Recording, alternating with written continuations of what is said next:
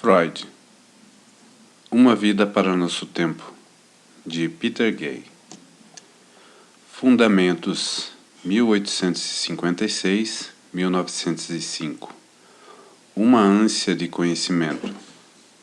Parte 4. Ele trouxera seu estilo científico confiante e ambicioso de Berlim.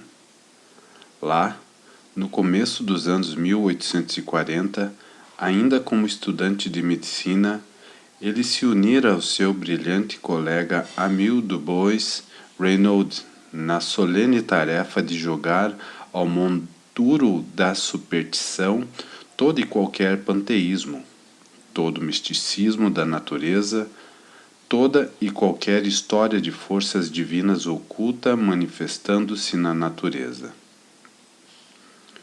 O vitalismo, a filosofia romântica da natureza então corrente entre os cientistas naturais.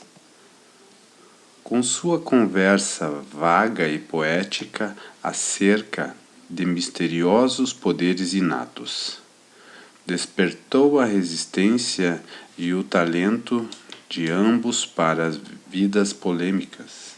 Apenas as forças, aspas, físico-químicas comum, fecha aspas, sustentavam eles. São, aspas, ativas no organismos, fecha aspas.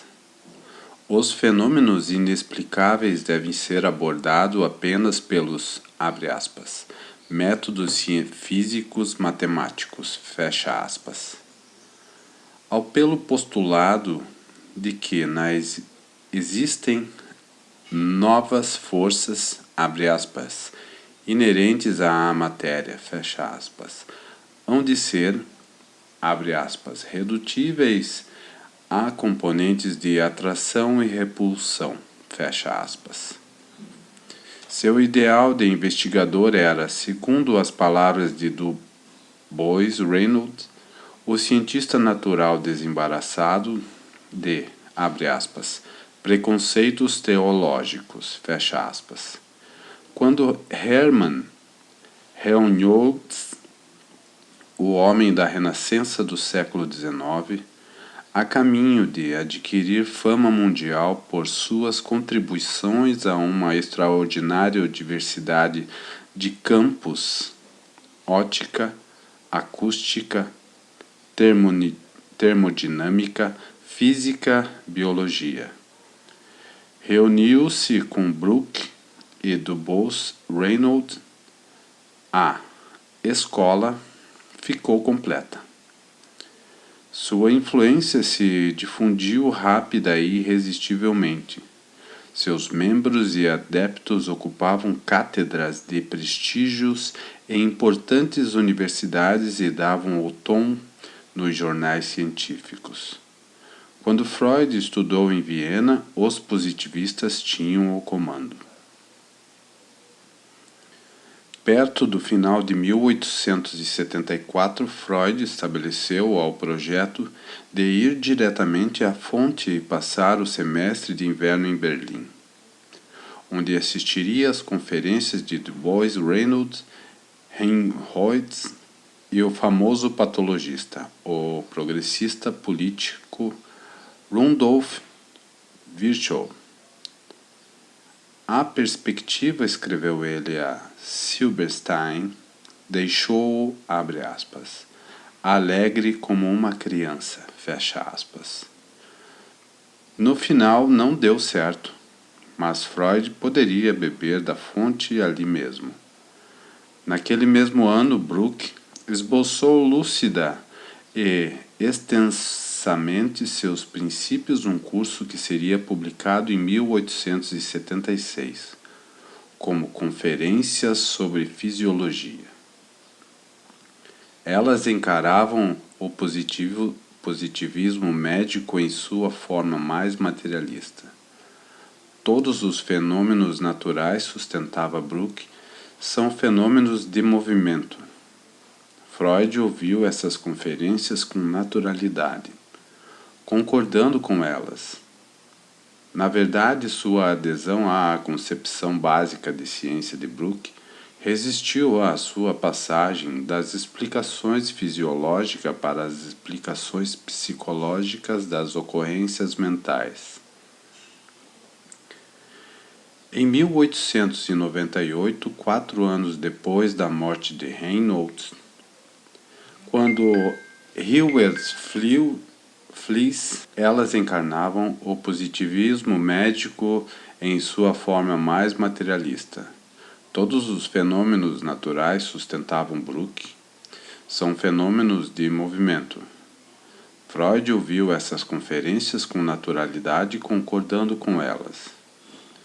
Na verdade, sua adesão à concepção básica de ciência de Brooke resistiu à sua passagem das explicações fisiológicas para as explicações psicológicas das ocorrências mentais. Em 1898, 4 anos depois da morte de Reynolds, quando Wilhelm Fliess, amigo de Freud, convidou-lhe o conjunto das conferências de Helmholtz, em 2 volumes, como presente de Natal. Ele sabia que significaria muito para Freud. O fato de que Freud iria aplicar os princípios de seu mentor de uma força que Brooke dificilmente teria previsto, e não aplaudiria com muito entusiasmo, não diminui a dívida de Freud em relação a ele. Para Freud, Brooke e seu brilhante associados eram os herdeiros eleitos da filosofia. O enérgico desmentido de Freud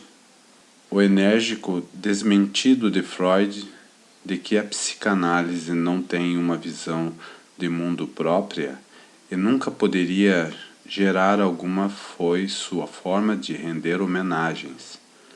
Anos depois, a seus professores positivistas, a psicanálise, conforme ele resumiu a questão em 1932, aspas, uma parte da ciência e pode aderir à visão científica do mundo, fecha aspas.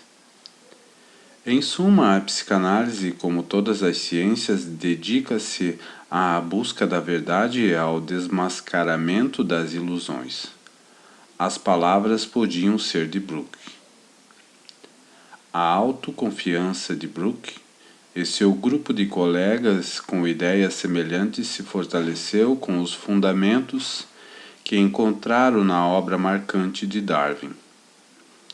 No início dos anos 1870, embora tivesse granjeado muitos adeptos importantes, a teoria da seleção natural se mantinha controversa.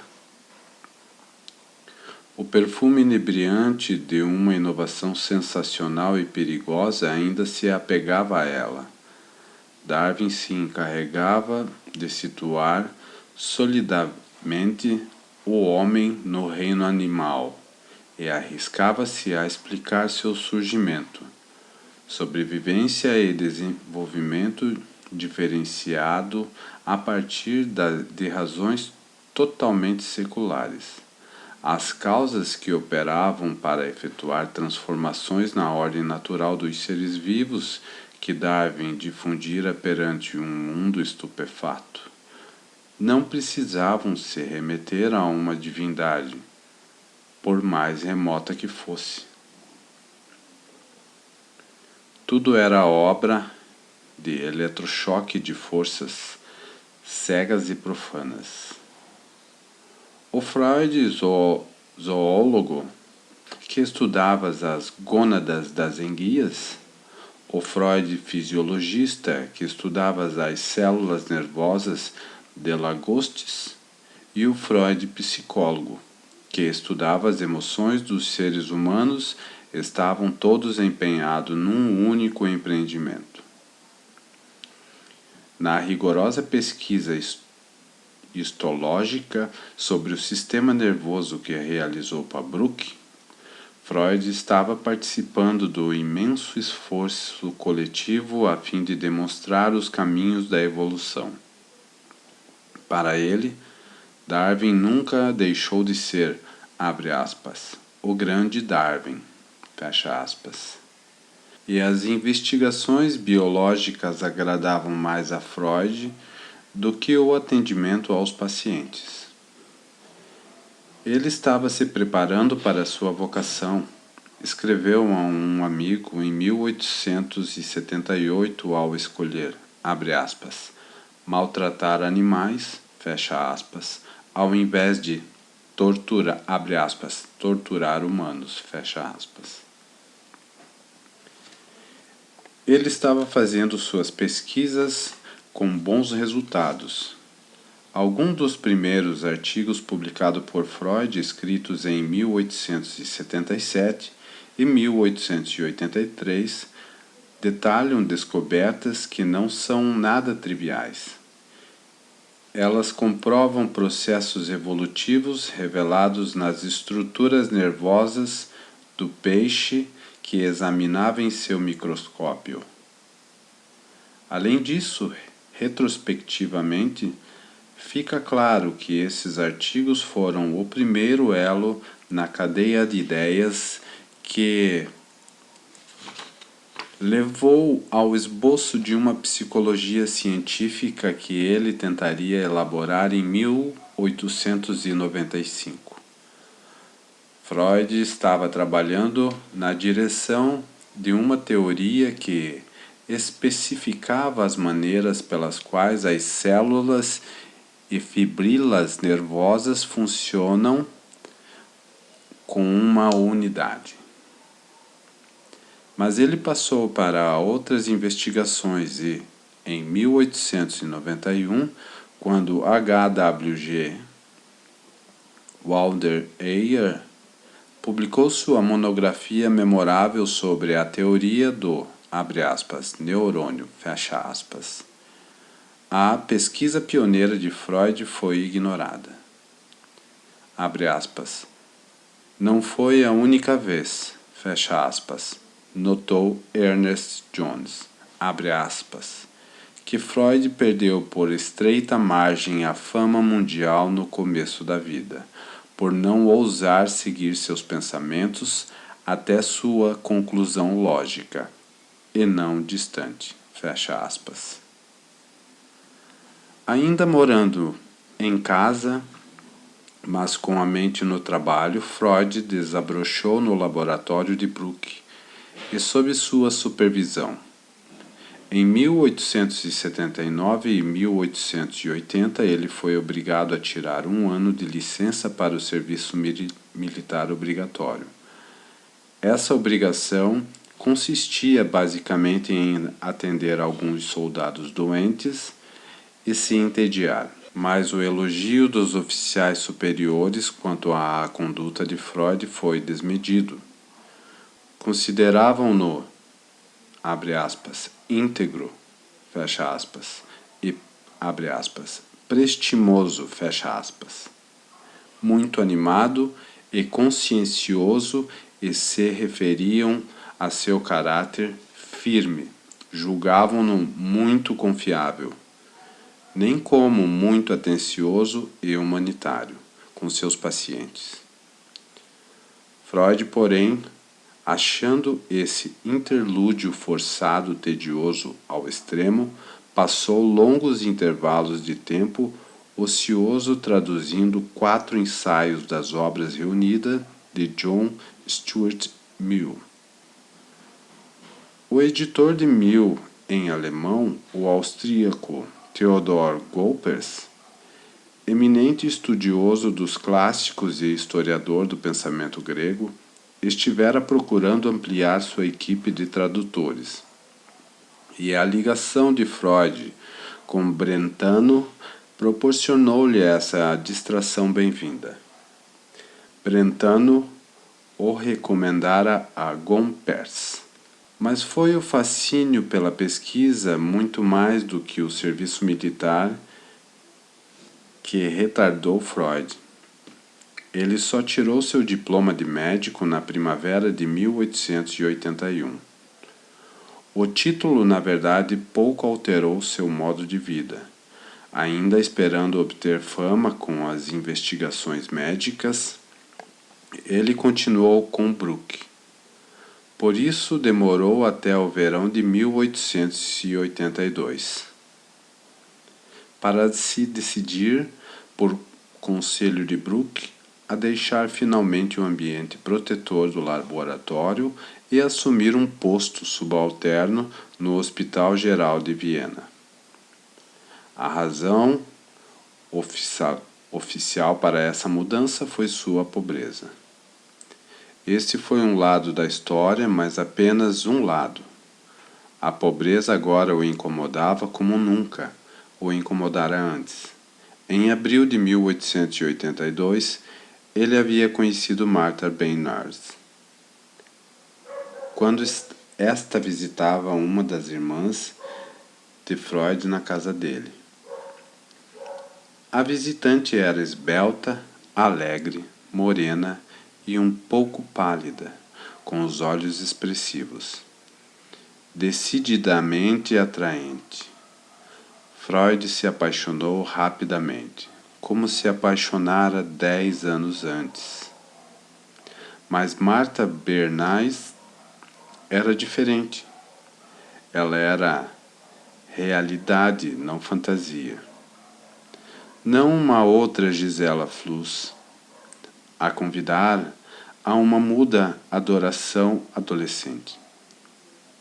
Por ela, valia a pena lutar, valia a pena esperar. Freud enamorado. Tendo visto Martha Bernhardt, Freud soube o que queria, e sua impetuosidade imperiosa arrebatou-a. Em 17 de junho de 1882, apenas 2 meses depois do primeiro encontro, eles noivaram. Ambos estavam perfeitamente cônscios de que não era um passo prudente. A mãe dela, viúva, enérgica e dogmática, tinha dúvidas quanto a Freud ser um partido conveniente. Não tem razão. Martha Bernhardt tinha prestígio social, mas não dinheiro. Freud, nem outro. Era inegavelmente brilhante, mas, ao que parecia, condenado a muitos anos de pobreza, sem nenhuma perspectiva imediata de uma grande carreira ou de alguma descoberta científica que lhe trouxesse fama e, abre aspas, o que agora importava muito mais, fecha aspas, prosperidade. Ele não tinha nada a esperar do pai idoso, que aliás precisava de auxílio financeiro. E ele tinha muito amor próprio para se manter na constante dependência do seu paternal amigo Joseph Breuer, que às vezes lhe dava dinheiro sob o transparente disfarce de um empréstimo. A lógica de sua situação era irresistível. Brooke apenas dissera em voz alta o que Freud devia ter pensado. A clínica particular era a única via para o considerável rendimento necessário para montar o lar de classe média em que ele e Martha Bernhardt insistiam. Para se preparar para a prática médica, Freud tinha que ganhar experiência clínica com pacientes. Coisas que nunca obteria ouvindo conferências e fazendo experiências em laboratórios. Para alguém tão apaixonadamente interessado em pesquisas como era Freud, tornar-se um clínico exigia sacrifícios dolorosos. Apenas a recompensa eminente fez com que se resignasse a eles. De modo, o noivado constituiu uma prova rigorosa à resistência do casal. Se não sobrou foi o tributo à perseverança dedicada a Freud, e ainda mais ao tato, paciência e absoluta solidez emocional de Martha Bernays, pois Freud se revelou um amante impetuoso. Ele cortejava Martha Bernays de acordo com a maneira aprovada em sua classe e cultura. Tudo que o casal se permitia eram beijos e abraços. Durante o noivado, a virgindade dela se manteve intacta. Freud também pôde ter se mantido casto durante toda essa época. Não existe nenhuma indicação sólida em contrário. Mas o interminável período de mais de 4 anos de espera deixou sua marca na formação das teorias de Freud sobre a etiologia sexual da maioria das enfermidades mentais, quando teorizou nos anos 1890 sobre o sofrimento erótico ligado à vida moderna. Em partes escrevia sobre si mesmo. Estava imensamente impaciente. Agora, com quase 26 anos, ele despendia todas as suas emoções altamente carregadas e em larga medida reprimidas, seu rancor quase tanto quanto seu amor, num único objeto. Martha Bernays, 5 anos mais nova que ele, popular junto aos rapazes, era para Freud extremamente desejável. Ele a cortejava com a violência que quase o assustava e exigia todos os recursos de bom senso dela. E em momentos críticos, sua capacidade de defender amizades queridas ameaçada pela possessividade dele. Para exacerbar a situação, durante a maior parte do frustrante noivado, ela estava morando com a mãe em Wasbeck, perto de Hamburgo, e ele era pobre demais para visitá-la com frequência. Ernest Jones calculou que o casal ficou separado por quase 3 anos, dos 4 anos e meio decorridos entre o primeiro encontro e o casamento. Mas eles se escreviam praticamente todos os dias. Em meados dos anos 1890, quando estavam casados há 10 anos, Freud registrou de passagem que sua mulher estava sofrendo de um bloqueio em escrever. Certamente, ela não mostrou nenhum indício desse sintoma durante o noivado. Mas as distâncias não haveriam de acalmar as coisas entre eles. Provavelmente a zona de maior tensão era a religião. Martha Bernays havia sido criada numa família judaica de estrita observância ortodoxa e aceitava suas crenças, ao passo que Freud, não só um descrente indiferente, como também um ateísta convicto, determinado a afastar sua noiva de todo aquele disparate supersticioso. Ele era inflexível, absolutamente imperioso em sua constante demanda, muitas vezes enraivecida, de que ela abandonasse aquilo que, até então, não havia questionado por um único momento. De fato, Freud não deixou dúvidas a Martha Bernays de que pretendia ser o chefe do lar.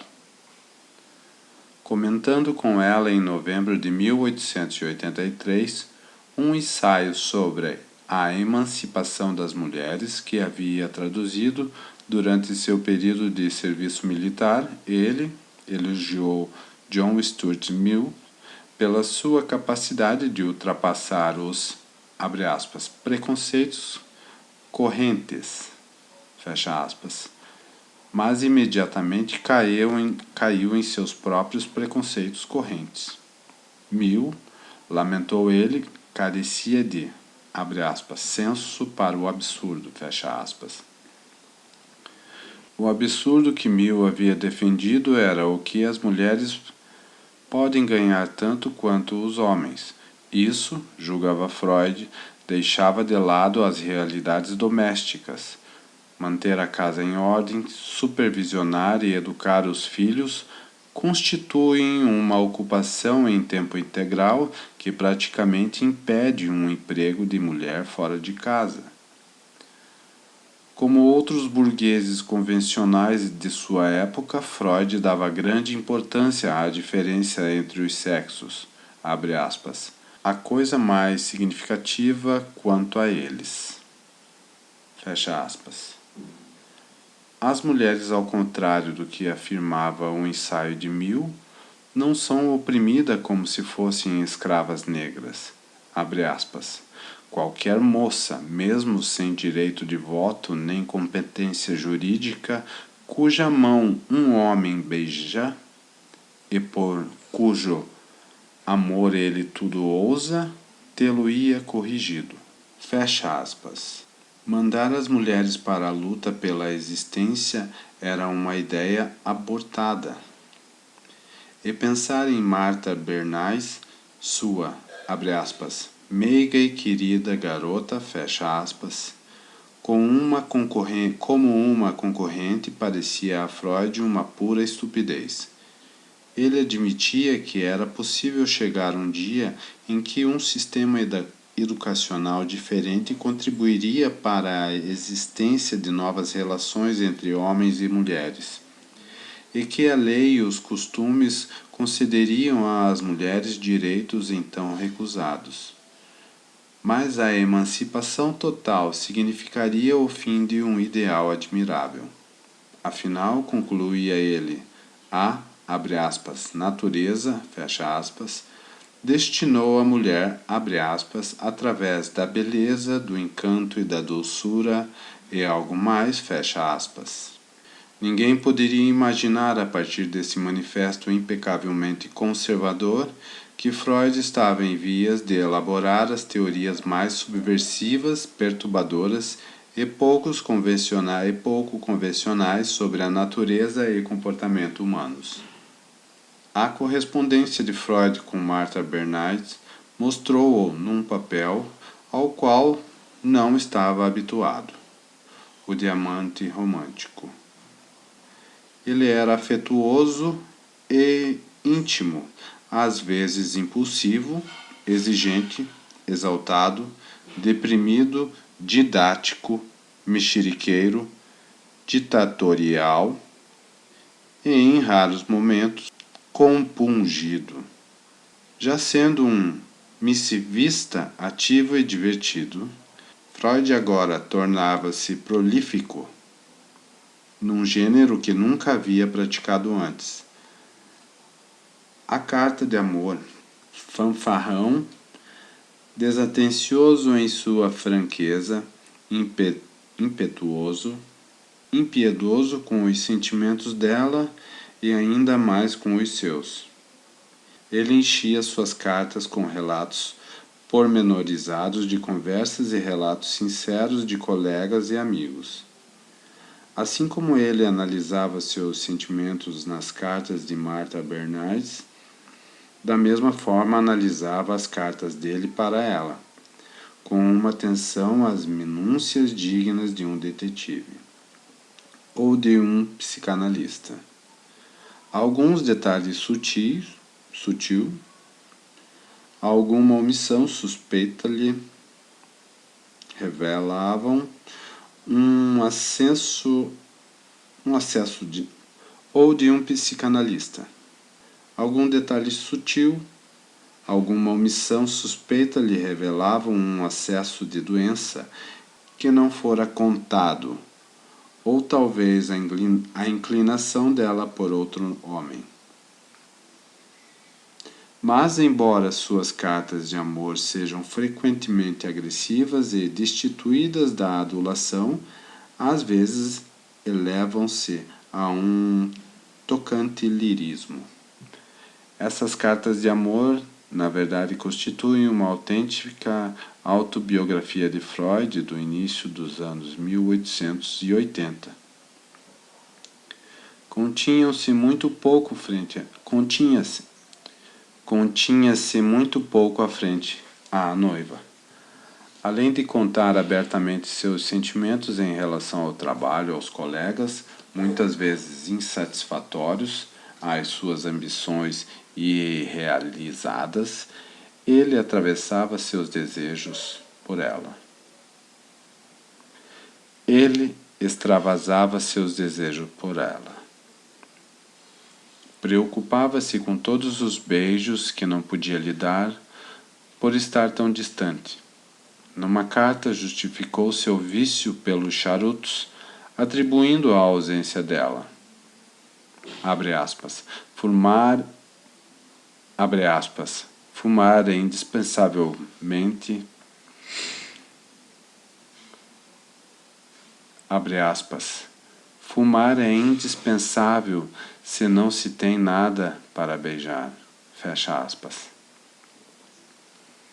No outono de 1885, durante sua estada em Paris, ele subiu penosamente uma das torres de Notre-Dame e evocou seu anelo por ela, contando sua escalada até o topo. Abre aspas.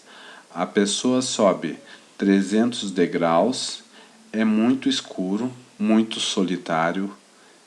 Em cada degrau eu lhe teria dado um beijo, se você estivesse comigo. E você chegaria no alto, louca e totalmente sem fôlego. Fecha aspas.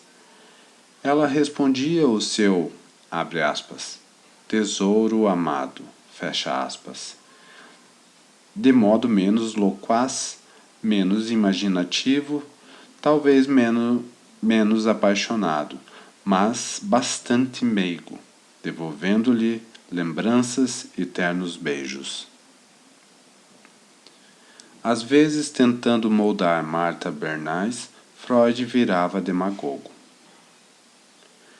Discorreria brandamente a ela sobre a necessidade do médico em manter distância emocional de todos os pacientes e mesmo dos amigos. Abre aspas. Posso bem imaginar como foi doloroso para você ouvir como eu me sento junto a um leito de doente a fim de observar como eu trato o sofrimento humano como um objeto. Mas, minha menina, não se pode fazer de nenhuma outra maneira. E isso deve parecer a mim diferente do que parece aos outros, fecha aspas. Mas prontamente abandonando esse tom de leve superioridade, ele acrescentava que havia um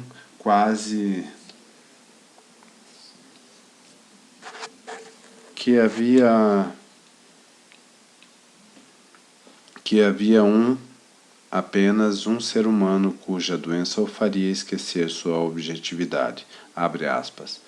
Não preciso citar o nome para você, e portanto quero que esteja sempre bem.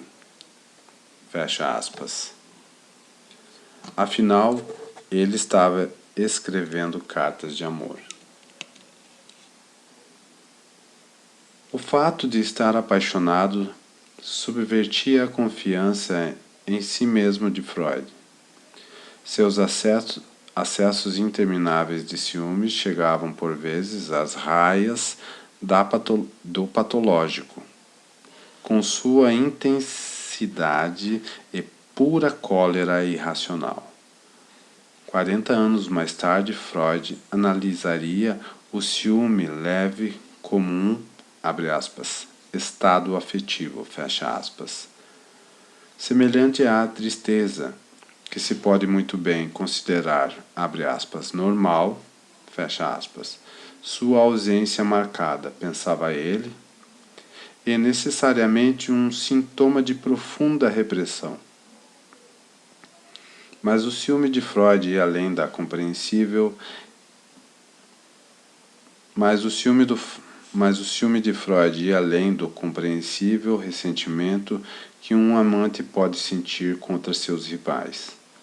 Para ele, Martha Bernays não devia tratar familiarmente um primo pelo primeiro nome, mas devia empregar formalmente seu sobrenome. Não devia mostrar uma predileção tão visível por dois de seus admiradores, um deles compositor e o outro pintor. Como artistas, escreveu Freud mal-humorado, eles tinham uma vantagem injusta sobre um simples cientista, como ele, e sobretudo ela devia abandonar todos os outros.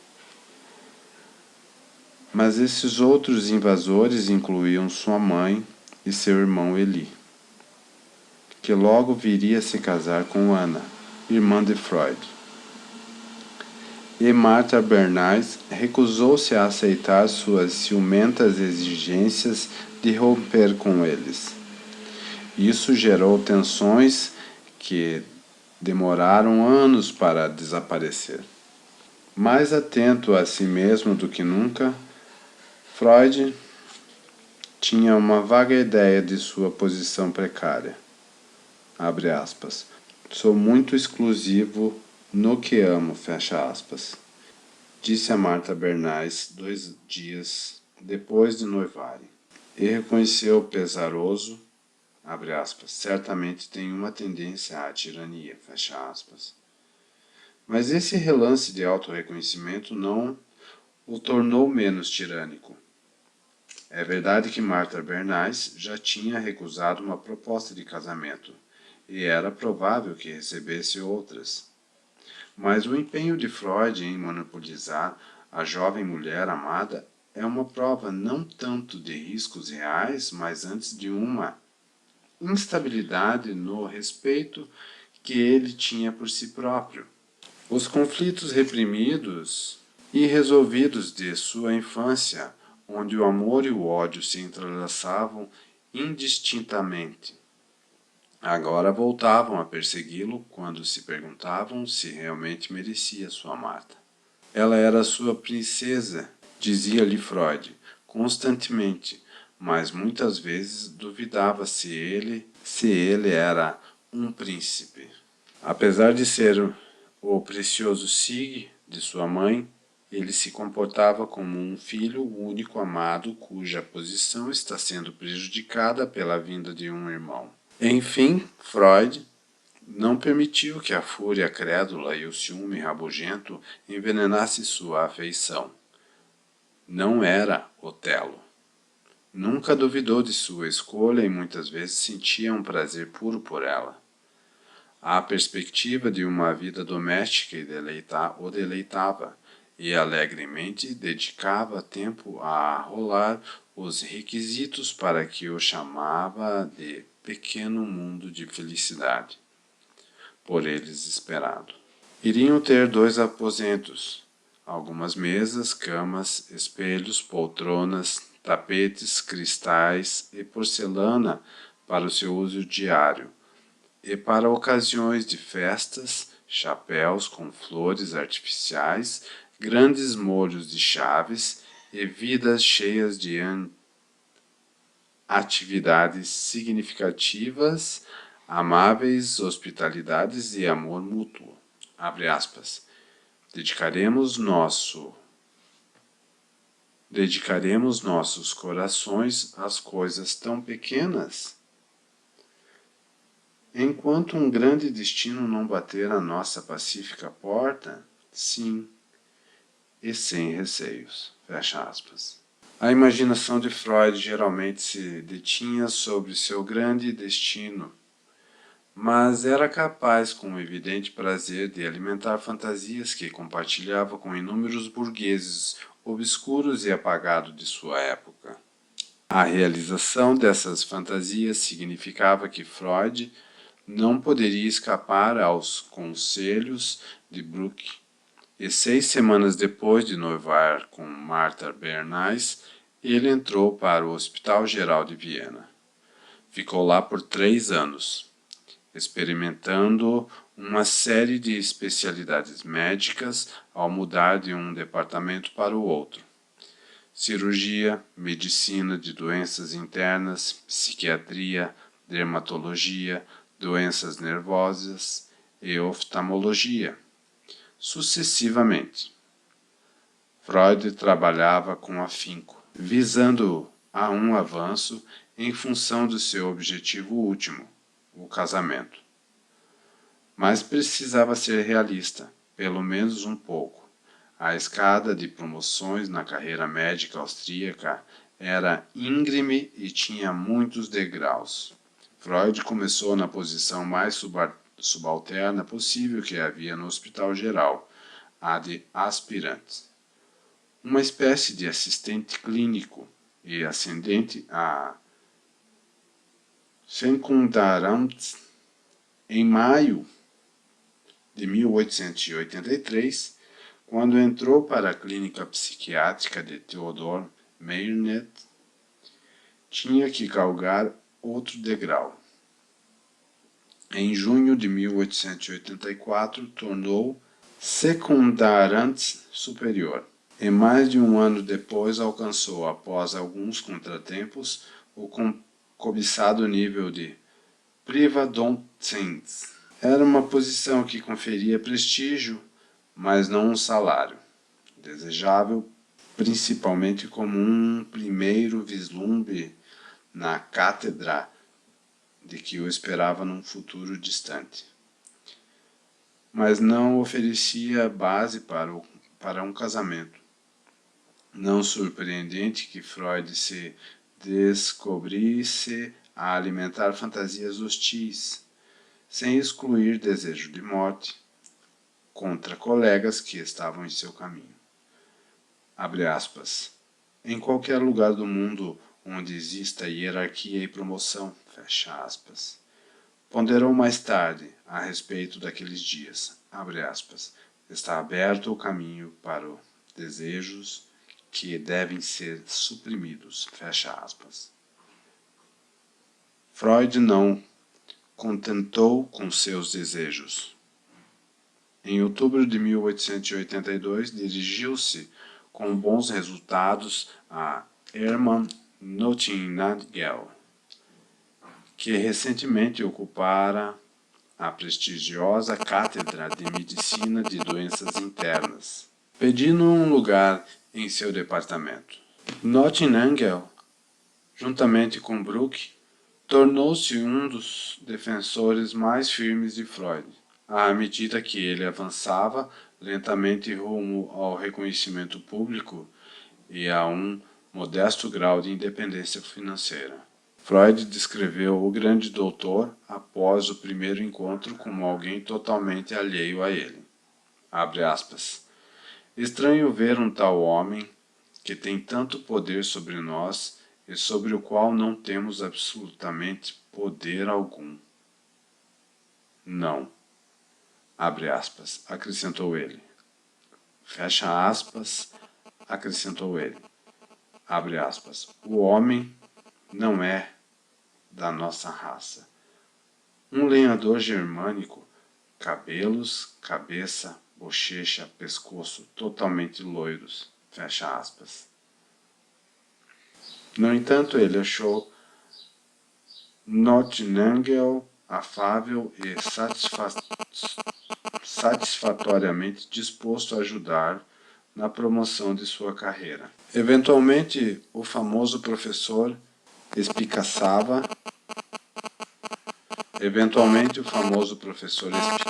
a ambição de Freud e oferecia-lhe um modelo para comparações invejosas. Abre aspas, sob circunstâncias favoráveis, fecha aspas, jactou-se Freud à noiva em fevereiro de 1886. Abre aspas, eu poderia realizar mais do que Nightingale, ao qual eu me sinto muito superior. Fecha aspas. Foi uma disputa estritamente privada com o psiquiatra e anatomista cerebral Theodor Meilnet. não menos ilustre que Nottingham, Freud finalmente viria a entrar em choque público. Ele havia se transferido para o departamento de Nennert depois de 1 ano e meio com Nottingham e viu no, abre aspas, grande Meinert, fecha aspas, tanto um rival como um protetor. Antigamente as coisas tinham sido diferentes. A obra de personalidade de Meinert havia impressionado Freud, quando ainda era estudante de medicina. Na verdade, a postura filosófica de Meinert só podia servir como afirmação e estímulo a Freud. Obstinado, aspirando a uma psicologia científica, Meinert era um determinista estrito e descartava o livre-arbítrio como uma simples ilusão.